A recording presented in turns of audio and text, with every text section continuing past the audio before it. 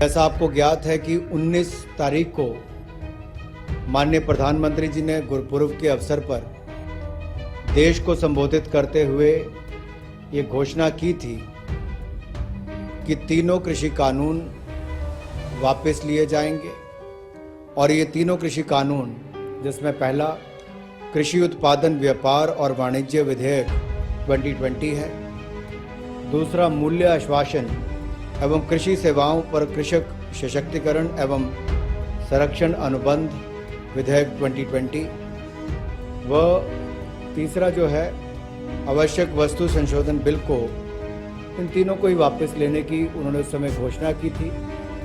और उसके बाद आज जब कैबिनेट की बैठक हुई तो उसमें इन सभी औपचारिकताओं को पूरा करके कैबिनेट ने तीनों बिल वापस लेने का जो औपचारिकता है उसको पूरा किया है। कुछ ही दिनों के बाद अगले हफ्ते की शुरुआत में पार्लियामेंट का सत्र आएगा और ये जो तीनों विधेयक लोकसभा राज्यसभा में पूर्व में पास हुए थे, इनको वहां पर बाकी जो प्रक्रिया वापस लेने की वहां पर पूरी कर दी जाएगी। यूनियन मिनिस्टर अनुराग ठाकुर ने आज मीडिया को जानकारी देते हुए यह बयान दिया है कि यूनियन कैबिनेट ने तीनों कृषि कानूनों को रद्द करने की प्रक्रिया पूरी कर ली है और आने वाले संसद सत्र में प्राथमिकता के आधार पर फार्म लॉज को रिपील किया जाएगा। इसी बीच किसान नेता राकेश टिकैत भी झुकते नजर आए।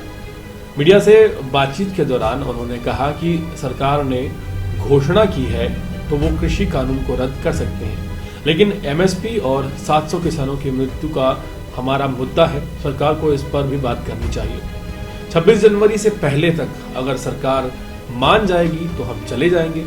राकेश टिकैत ने 26 जनवरी तक का समय केंद्र सरकार को दिया है मुआवजा देने के लिए उन सभी लोगों को जिनकी जान किसान आंदोलन में गई है। दूसरी तरफ सरकार मुआवजे को लेकर कोई भी ऐलान करने से बच रही है। ध्यान देने वाली बात यह भी है कि किसी भी सरकार ने आज तक आंदोलन के दौरान मारे गए लोगों को मुआवजा नहीं दिया है। और खासकर कांग्रेस की अगर बात की जाए तो 1947 से अब तक न जाने कितने ही किसानों ने जान गंवाई, पर उन्हें दिलासे के सिवा कुछ नहीं मिला। वहीं अगर बात की जाए किसान आंदोलन में जान गंवाने वाले लोगों के आंकड़ों की, तो सभी अलग अलग दावे पेश कर रहे हैं। कहीं 600 है, कहीं 700 है, कहीं 900 है। सच क्या है ये कोई नहीं जानता। इसी बीच किसान नेता पिछले 12 महीने से चल रहे आंदोलन को कैश करवाने जा रहे हैं। अपुष्ट खबरों की माने तो संयुक्त किसान मोर्चा उत्तर प्रदेश विधानसभा चुनाव 2020 में अपनी उपस्थिति दर्ज करवाने वाला है और अपने बल पर ये चुनाव लड़ने की घोषणा करने वाला है। और ये बात राकेश टिकैत के उस बयान से साफ हो गई है जिसमें उन्होंने ये कहा था कि चुनाव के विषय में हम चुनाव आचार संहिता लगने के बाद बताएंगे। चुनाव लड़ने को लेकर मीडिया जब उनसे सवाल कर रहा था तो प्रश्न के उत्तर में राकेश टिकैत असहज हो गए थे और जवाब देने की बजाय बात को ये कहते हुए गोल कर गए थे कि चुनाव के विषय में हम चुनाव आचार संहिता लगने के बाद ही बताएंगे। सच तो ये है कि राकेश टिकैत सिर्फ अपना स्वार्थ देख रहे हैं, ना कि किसानों का हित। अब जाहिर सी बात है कि सर्दी लगातार बढ़ रही है और ऐसे में हजारों की तादाद में बुजुर्ग किसान आंदोलन में शामिल हैं। सबसे ज्यादा जाने किसान आंदोलन में सर्दी के मौसम में ही गई है। पिछले साल 26 नवंबर से 1 जनवरी तक 70 से 75 किसानों ने जान गंवा दी थी। ऐसे में राकेश टिकैत की जिद के चलते कई और किसान अपनी जान गंवा सकते हैं। टिकैत चुनाव जीतना चाहते हैं, सरकार को दोषी कहते हैं, लेकिन जब सरकार मान गई है और अब टिकैत अपने राजनीतिक स्वार्थ को ज्यादा महत्व दे रहे हैं, उसके आगे किसी की चलने नहीं दे रहे हैं।